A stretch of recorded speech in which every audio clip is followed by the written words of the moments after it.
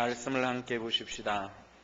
신약성경 누가복음 19장 28절부터 48절 말씀까지입니다. 보신 후에 우리 제7여성교회 회원들이 하나님께 찬양을 드리겠습니다. 28절부터 저와 여러분이 마지막 절까지 교독합니다. 예수께서 이 말씀을 하시고 예루살렘을 향하여 앞서서 가시더라.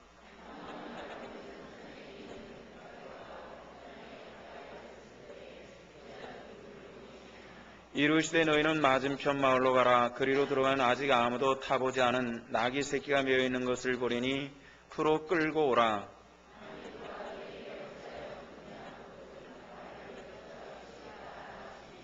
보내심을 받은 자들이 가서 그 말씀하신 대로 만난지라.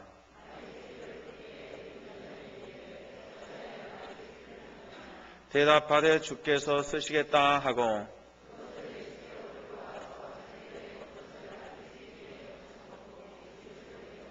가실 때 그들이 자기 겉옷을 길에 펴더라.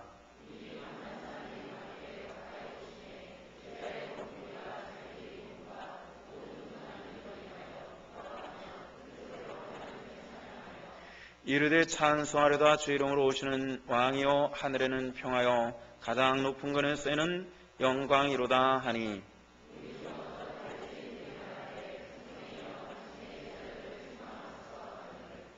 대답하여 이르시되 내가 너에게 말하노니 만일 이 사람들이 침묵하면 돌들이 소리 지르리라 하시니라.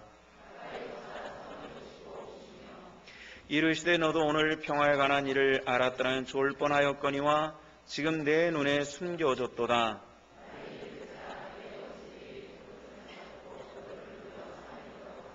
또 너와 및 그 가운데 있는 내 자식들을 땅에 메어치며 돌 하나도 돌에 남기지 아니하리니 이는 내가 보살핌 받는 날을 알지 못함을 인함이니라 하시니라. 그들에게 이르시되 기록된 바 내 집은 기도하는 집이 되리라 하였거늘 너희는 강도의 소굴을 만들었도다 하시니라.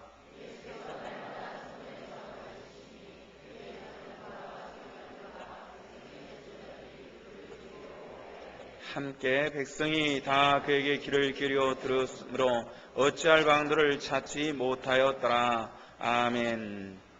아버지 은혜를 감사합니다. 주님, 사랑하는 딸 이곳에서 태어나서 성장하여 이제 엄마의 악기와 맞춰서 반주할 수 있도록 성장시키심을 감사합니다. 이 아이가 더욱 자라나며 하나님의 영광의 도구로 무럭무럭 쓰여짐에 부족함이 없도록 축복 내려 주옵소서. 우리 칠여성교회도 축복 내리시사 저들의 가정 속에 하나님의 영광이 날마다 깃들게 하시고 복된 은혜로 날마다 동행하여 주옵소서. 우리가 찬양과 함께 하나님의 말씀을 듣습니다. 오늘 종의 입술을 잠시 당신의 도구로 사용하시고 하나님의 영광의 일들에 쓰임받는 귀한 시간이 되도록 하나님 역사해 주옵소서. 예수 그리스도 이름 받들어 기도하옵나이다. 아멘. 몇 주 수요일날 출타하고 또 몇 주 또 외부에서 오신 분들이 강단에 쓰다 보니까 제가 누가복음 말씀을 51번을 했는데 오늘 52번째거든요. 근데 언제 했던지를 잊어버릴 정도로 그렇게 상당히 텀이 멀어진 것 같습니다. 꼭 연결이 잘 안 되신 분들이 있을까 조금 걱정은 됩니다만은 우리가 오늘 누가복음 52번째 시간을 갖습니다. 누가복음 19장 28절부터 48절 말씀까지 보셨는데요. 오늘 본문은 예수님의 마지막 예루살렘 행차에 대한 그런 이야기들이 아주 상세하게 기록되어져 있습니다.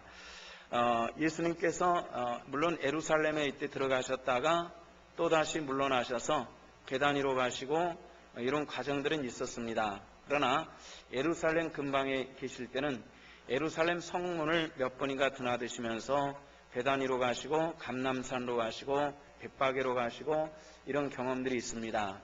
또 예수님께서 이때 예루살렘에 들어가셨다가 또 베다니에 가셔서 여인의 향유를 통한 그 공경을 받는 그런 과정들을 거치게 되죠.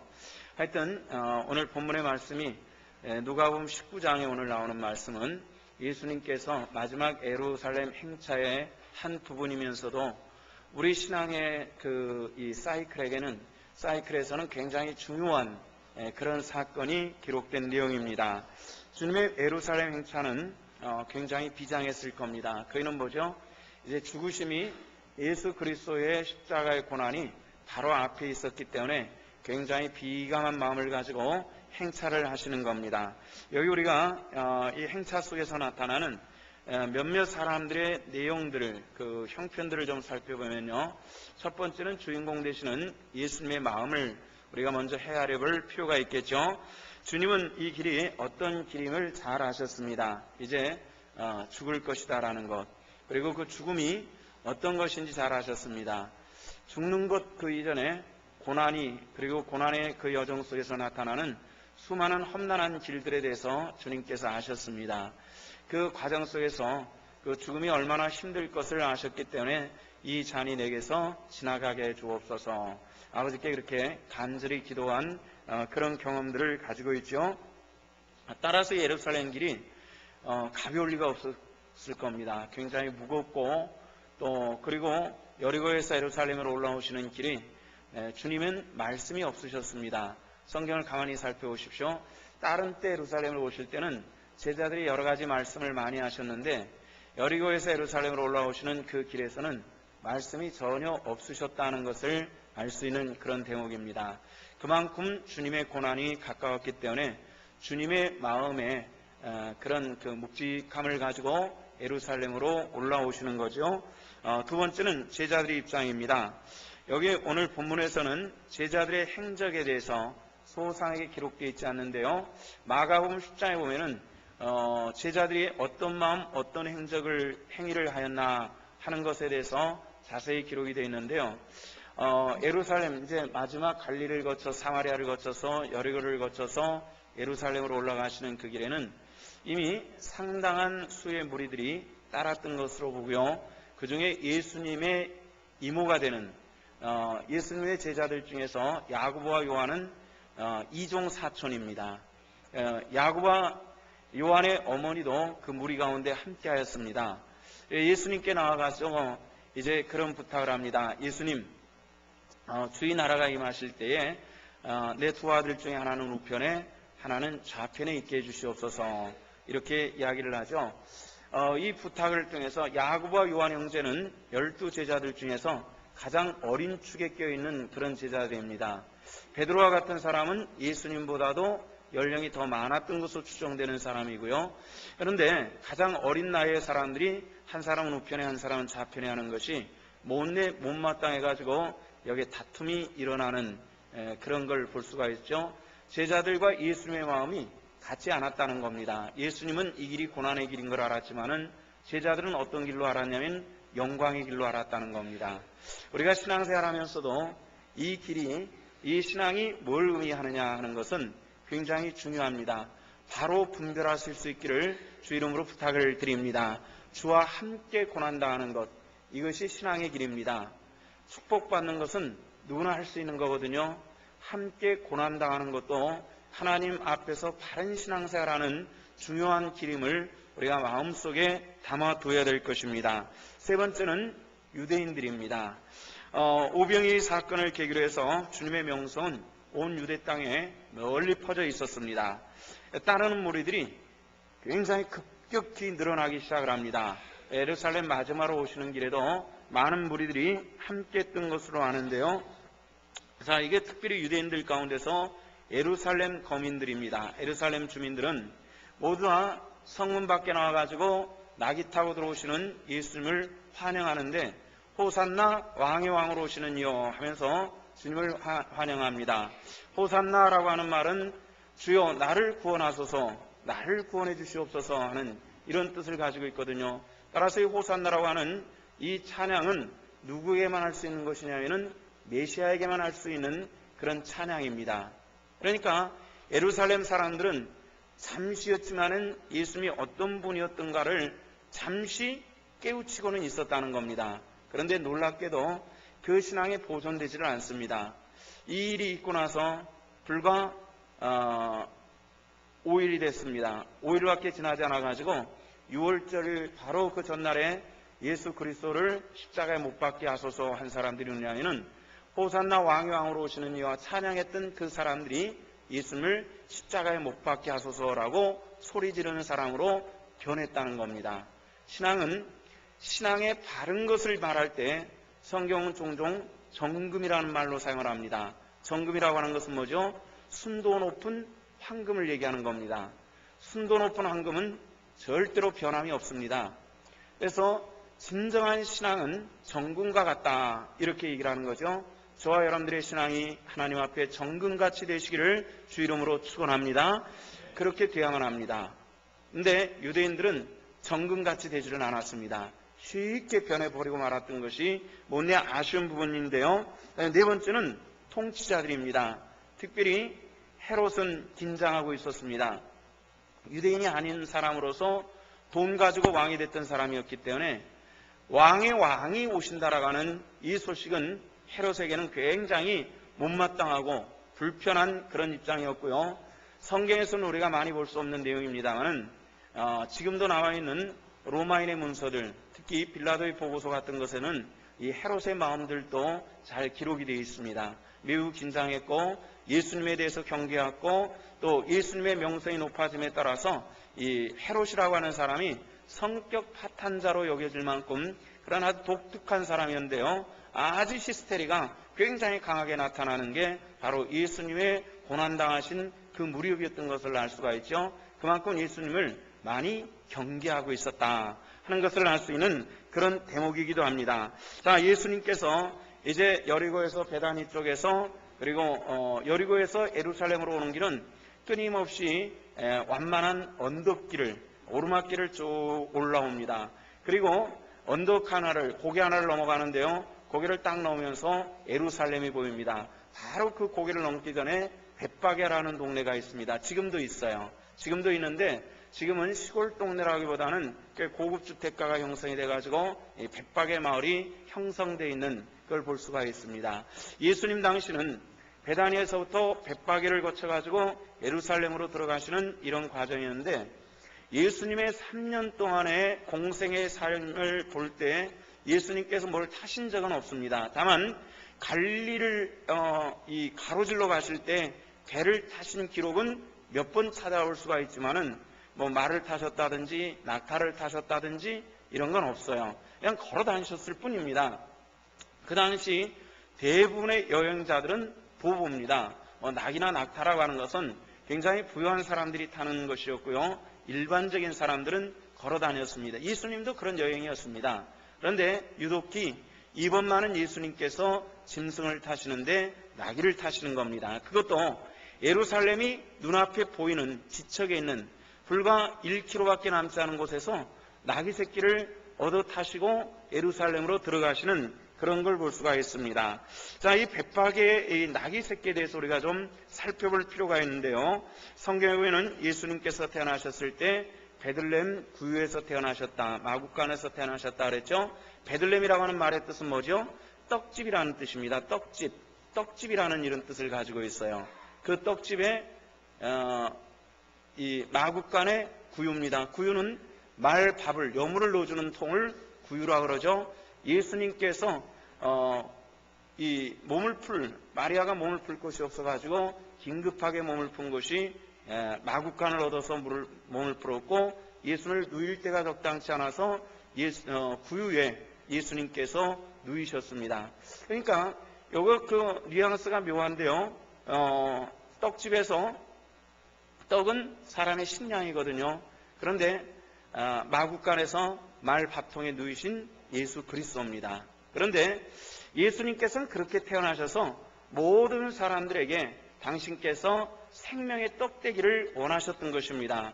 저와 여러분들이 세상의 걷던 양식보다도 생명의 떡 대신 예수 그리스도의 피와 살의 동참함을 통해서 생명 얻고 영생 얻었음을 믿으시기를 바랍니다.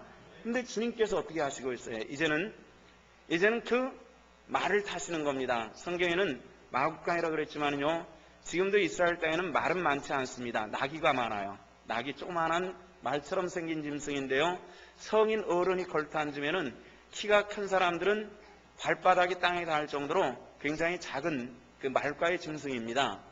그 나귀를 타고 예수님께서 들어오시는 건데 그 나귀 새끼, 나귀도 말이죠. 다 자란 어미 말이 아니라 새끼 말입니다. 그러니까 아마 굉장히 커다란 개가 같았을 거예요. 그 새끼, 멍에 매보지 않는 그 새끼 나귀를 타고 예루살렘에 들어오시는 겁니다. 그런데요, 오늘 성경 말씀에 보면은, 자, 건너 마을에 가라. 그 건너 마을에 가면은 아직 멍에를 매보지 않은 새끼 나귀가 있을 텐데 그것을 끌어오도록 해라. 이렇게 말씀합니다. 제자들이 주인이 이거 왜 끌어가냐고 말하면은 뭐라고 얘기할까요? 그렇게 얘기를 하죠. 그때 예수님께서 주께서 쓰시겠다라 이렇게 말씀합니다. 주님께서 쓰시겠다고 하니까 나귀 새끼가 예수님께로 오게 되는 겁니다.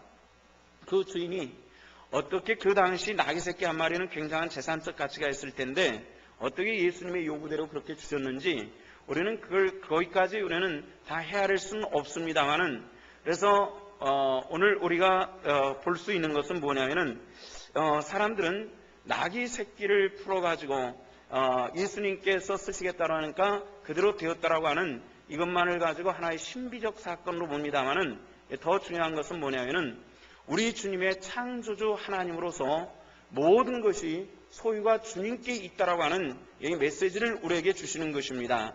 그 100박의 농부의 나귀 새끼뿐만 아니라 저와 여러분들조차도 주님께서 쓰시겠다 할 때에 드려질 수 있는 그런 하나님의 권속들 되시기를 주 이름으로 부탁을 드립니다. 나귀 주인은 아무 말 없이 나귀 새끼를 드리는 겁니다. 그걸 타고 오는 거예요. 참 놀라운 일들인데요. 이것이 바로 하나의 신비인데 우리는 만물의 주인이 누구이신가 하는 것을 우리가 한번 생각해 볼 필요가 있겠죠. 예수님께서 빌립보서에는 분명히 말씀하시기를 하나님과 동등되신 분이 예수님이다 이렇게 말씀하셨죠. 하나님께서 만물을 창조하시고 저와 여러분들도 창조하셨습니다. 욥과 같은 사람은 자기 모든 것들을 하루아침에 전부 다 잊어버리고 사람들마다 나와서 너 하나님을 섬기지 않았느냐, 정말 하나님 계시다면 너를 어떻게 이렇게 할 수 있냐, 하나님을 저주하라 이렇게 말할 때에 욥이 고백하는 것이 욥기 1장 21절과 22절에 이런 말씀이 나오죠. 내가 모태에서 어머니 뱃속에서 적신으로 나왔습니다. 적신이라고 하는 것은 뭐죠? 빨간 아무것도 두르지 않는 그냥 맨 몸뚱아리로 태어났습니다. 이런 뜻입니다. 적신으로 왔은즉 또한 적신으로 돌아갈 것입니다. 주신 분도 하나님이시오 취하신 분도 누구라고요? 믿으십니까? 하나님의 소유이기 때문에 그렇다라는 이런 말씀을 하고 있는 것입니다. 제가 자주 말씀드리는 것입니다만은 욥을 깊이 한다면은 하나님의 축복관회를 바로 깨우칠 수 있는 그런 사람이 될 것입니다. 욥기가 좀 어렵습니다. 한번 보시기를 바랍니다. 우리 하나님의 주권이 이 세상의 모든 주권과 내 삶의 주권자가 누구신가를 우리가 아는 것보다도 바른 신앙고백이 나타날 때 하나님 백성으로 승리하게 되는 것입니다. 신앙의 중요한 부분은 소유의 주체가 누구인가를 아는 것과 그리고 믿는 것이 굉장히 중요합니다. 저와 여러분들의 모든 것이 하나님의 것임을 믿으시기를 바랍니다. 그리고 행할 수 있기를 주 이름으로 부탁을 드립니다. 우리 개신교에서는 11조 생활에 대해서 굉장히 강조한 편입니다. 그런데 이 11조라고 하는 것은 모든 것이 하나님의 것이로 돼 그러나 10분의 1을 하나님께 드림을 통해서 내 모든 것이 하나님의 것이 되었다라고 하는 이런 신앙 고백이 담겨 있는 것이 11조입니다. 그래서 다른 것들보다도 우리가 11조는 온전해야만 합니다. 여기에 우리 신앙 고백이 담겨 있기 때문에 그렇습니다. 아직도 11조에 동참하지 못하신 분들이 있거든 한번 도전해 보시기를 바랍니다. 공급하시는 주의 놀라우신 축복관회가 우리 성도들 가운데 함께 하실 줄로 믿습니다. 이런 은혜를 따라서 우리가 신앙생활을 해야 되는데, 자, 나귀 새끼가 의미하는 것은 아까 말씀드린 것처럼 그런 그 생명 주신 하나님의 은혜를 통해서 구원받은 사람이 마지막에 하나님 앞에 쓰임받는다는 것을 상징하는 것이 나귀 새끼입니다. 나귀 새끼는 멍에 매보지를 않았습니다. 그런데 덩치 큰 남자가 덜컥 왔는데도 불구하고 아무 말하지 않고 성경에 보면 벳세메스로 가는 암소와 같이 주님께서 원하시는 길로 좌로도 우로도 치우치지 않고 지속적으로 걸어가고 있다라는 그런 것입니다. 신앙생활할 때 제가 지난 수요일 날에도 말씀을 드렸습니다. 신앙생활에 굉장히 힘든 분들이 있습니다. 이것은 뭐냐면은 꾸준하지 못하는, 세상적인 표현으로 하면 변덕이 참 많은 사람들은 신앙생활 굉장히 어렵습니다. 오늘 아침에도 말씀드렸던 것처럼 인내하며 하나님의 선한 뜻을 이루어 나갈 때에 하나님의 놀랍고 크신 축복과 은혜와 그리고 붙들어 주심도 우리 성도들 가운데 함께해 주실 줄로 믿습니다. 자, 여기서 예루살렘 사람들을 볼 수가 있는데요. 예루살렘 사람들이 종려나무 가지를 꺾어 들고 길 좌우편에 나왔습니다. 종려나무 가지라고 하는 것을 상징하는 것은 개선 장군이 개선할 때 흔들어주는 그런 것이 이 지중해 연안의 민족과 나라들은 그런 풍습을 가지고 있습니다. 근데 이 사람들이 종려나무 가지를 꺾어 들고 길 좌우편에 서가지고 낙이 타고 들어오시는 주님, 굉장히 우스꽝스러울 겁니다. 충분히 상상할 수 있는 것인데요. 중동 지방을 여행하면서 낙이 타고 가는 사람들을 여러 번 봤습니다. 근데 그때마다 참 우스꽝스럽다라는 생각을 해요. 왜냐하면 굉장히 작거든요, 키가. 그런데 거기 사람이 걸터 앉아고 가면요, 발이 땅에 달동말동하다고요. 근데 이미 다 자란 성인 말이 그래요. 근데 새끼 말은 어떻게 했을까 상상할 정도인데 예수님께서 그 말을 타고 예루살렘으로 들어오시는 겁니다. 그런데 개선 장군을 영접하는 사람들처럼 종려나무 가지를 꺾어 들고 좌우로 흔들면서 호산나 왕이 왕으로 오시느니요, 우리를 구원하소서 왕이요, 이렇게 찬송하고 있더라는 겁니다. 이 굉장히 뉘앙스가 묘한 그런 부분들인데요. 근데 주님을 이 예루살렘 사람들이 최소한 예수 그리스도를 메시아로 인식하고 있다라고 하는 것만은 분명한 그런 대목입니다. 그런데 그들이 그 신앙을, 그 믿음을 지속하지 못했다는 것이 문제입니다. 저와 여러분들에게 주신 이 믿음의 선물을 오랫동안 간직할 수 있는 그런 하나님의 권속들 되시기를 주 이름으로 부탁을 드립니다. 이 사람들의 이 어리석음은 무엇이었냐면은 신앙을 언제든지 자기 주관으로 판단했다는 겁니다. 예수님, 우리를 구원하소서, 이렇게 얘기를 했는데 불과 5일 만에 보잘것없는 대제사장들의 하인에 의해서 포박되어 끌려가는 그 모습을 보고 그 다음날 빌라도의 법정에 모여가지고 소리치기 시작합니다. 그를 십자가에 못 박게 하소서. 이 이유는 무엇이겠습니까? 우리는 그에 대해서 실망했습니다. 우리 요구가 이루어지지 않습니다. 우리 생각과는 다른 모습입니다. 이런 것입니다. 내 생각을 벗어버리지 않으면 우리는 신앙으로 승리할 수가 없습니다. 주님의 생각으로, 하나님의 말씀으로 내 안을 채워나갈 수 있는 이것이 신앙의 바른 정도임을 우리는 알아야 되겠다는 겁니다. 옛적 것들을 벗어버리고 새 것을 받아들이되 예수 그리스도의 말씀으로 무장할 수 있는 저와 여러분들 되시기를 주 이름으로 부탁을 드립니다. 여기 바리새인들의 반응을 볼 수가 있는데요. 39절에 보면은 호산나 왕으로 오시는 막 주님을 영접할 때에 39절에 보니까 이런 말이 나오죠. 무리 중 어떤 바리새인들이 말하되 선생이여 당신의 제자들을 책망하소서. 왜 그랬죠? 바리새인들은 예수님을 메시아로 인정할 수가 없었던 겁니다. 근데 왕의 왕으로 오시니 호산나 이렇게 찬송하는 것을 보고 당신을 따르는 무리들을 책망하시옵소서. 저들을 자제시켜야 되지 않습니까? 이런 얘기였습니다. 이것이 바리새인들의 문제였다는 것을 알 수가 있는데요. 40절에 예수님께서 뭐라고 반응하고 있죠? 내가 너에게 말하노니 만일 이 사람들이 침묵하면 돌들이 소리 지르리라. 이렇게 말씀합니다. 무슨 뜻인지 아시겠습니까? 만약에 이 사람들이 나를 찬송하지 않는다면 돌들이 하지 않겠느냐? 이런 뜻입니다. 제가 한번 여쭤보겠습니다. 여러분들, 예수님을 향해서 돌들이 과연 소리 지를 수 있을까요? 소리 지를 수 있겠습니까? 혹시 소리 지르는 것 봤습니까? 아니에요. 성경에는요, 나귀가 말한 적은 있었어요. 그렇지만은 무생물인 돌들이 소리 지르는 않습니다. 이 말이 의미하는 것이 있습니다. 이 말이 의미하는 것은 무엇이냐면은 만물의 주가 되시고 창조주가 되신 분이 예수 그리스도라는 것을 여기서 이 못박아 말씀하시는 겁니다. 저와 여러분들이 주님을 찬양하지 않고 예비하지 않고 주님께 쓰임받지 않는다 할지라도 하나님께서는 당신의 방법을 통해서 누구를 통해서라도 당신의 일들을 감당하시는 하나님이신 줄로 믿고요. 그런 가운데서도 나를 당신의 도구로 사용하신다고 할 때에 감사로 감격으로 쓰임받을 수 있는 그런 하나님의 권속들 되시기를 주 이름으로 부탁을 드립니다. 이제 예수님께서 예루살렘을 바라보셨어요. 그리고 41절에 보니까 가까이 오사 성을 보시고 오시며 예수님께서 예루살렘 성을 보시면서 우셨다고 그렇게 기록이 됐습니다. 성경에 요즘에 제가 그림 하나를 얻어왔습니다.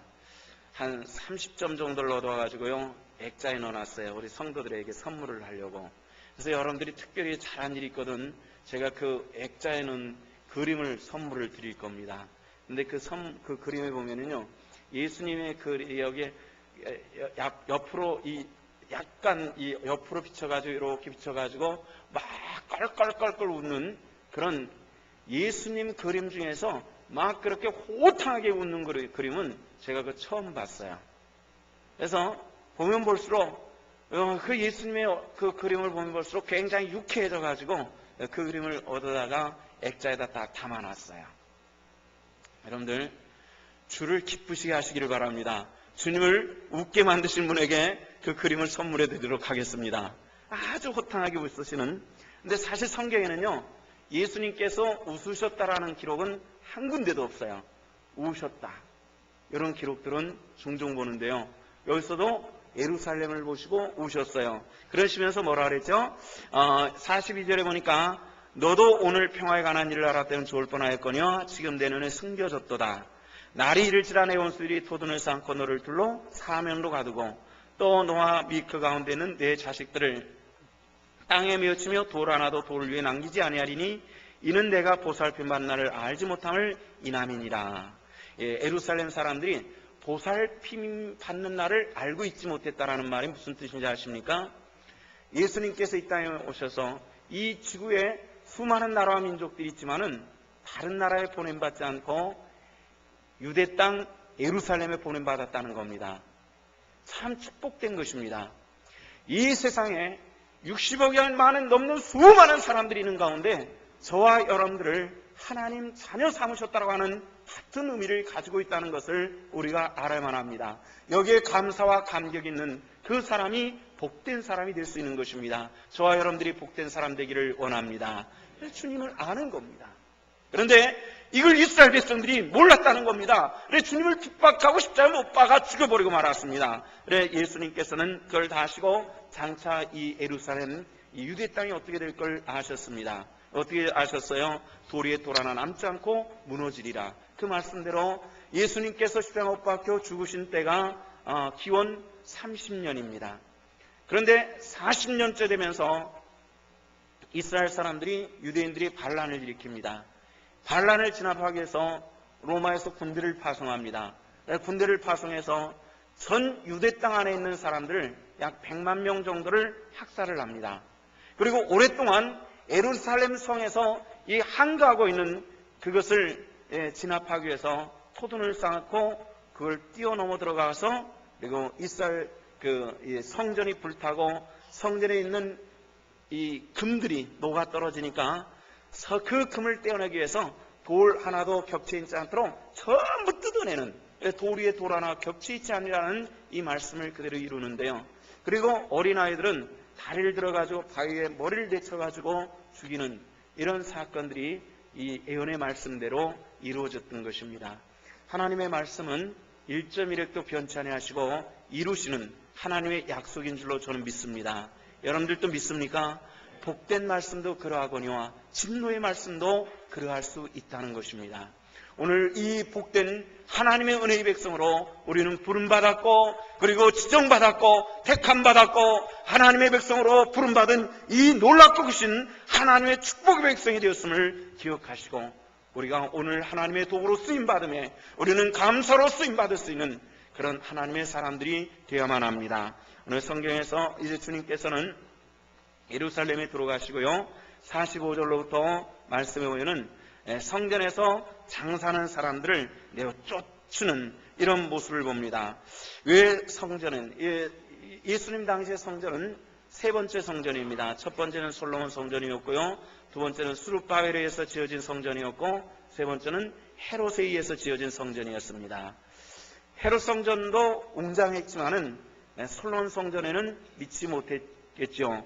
그런데 점점 시대가 변하면서 성전이 가져야 될 고요함과 그리고 하나님 앞에 기도하는 소리들은 점점 사라지고 호객하는 소리, 막 짐승을 파는 돈 바꾸는 소리들, 이런 소리들이 성전을 가득 채우는 모습을 보면서 강도의 고려를 만들었도다라고 분해하시는 주님을 볼 수가 있습니다. 주님께서는 이미 그 시대에 손으로 만든 성전을 하나님의 집으로 인정한 것은 아니었습니다. 이미 당신의 몸이 바로 성전이었기 때문에 그렇습니다.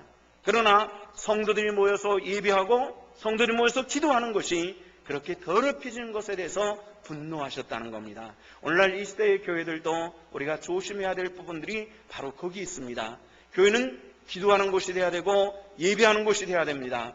오늘날 그러나 수많은 사람들이 교회가 분란하고 교회가 싸우는 곳이 되어지고 교회가 심각한 이 다툼의 현장이 되어지는 것은 주님을 진노하게 만드는 것이라는 것을 우리가 기억하시면서 어찌됐건 이 몸된 교회에 우리는 한 지체로서 하나님의 영광된 도구로서 나는 어떤 삶을 살아야 될 것인가를 다시 한번 묵상하면서 하나님의 도구로 기쁨으로 쓰임받는 저와 여러분들 되시기를 주 이름으로 부탁을 드립니다. 기도하시겠습니다. 아버지 은혜를 감사합니다. 오늘 또 주의 원속들이 주 앞에 나왔고 예배 찬양합니다. 영광을 받으시옵소서. 주님, 우리가 교회의 일원으로 몸된 교회의 일꾼으로 쓰임받기를 원합니다. 마지막까지 변함이 없는 믿음의 사람으로 온전히 승리할 수 있도록 은혜를 더하시고 복 주시옵소서. 감사드리며 우리 구주 예수 그리스도 이름 받들어 기도하옵나이다. 아멘.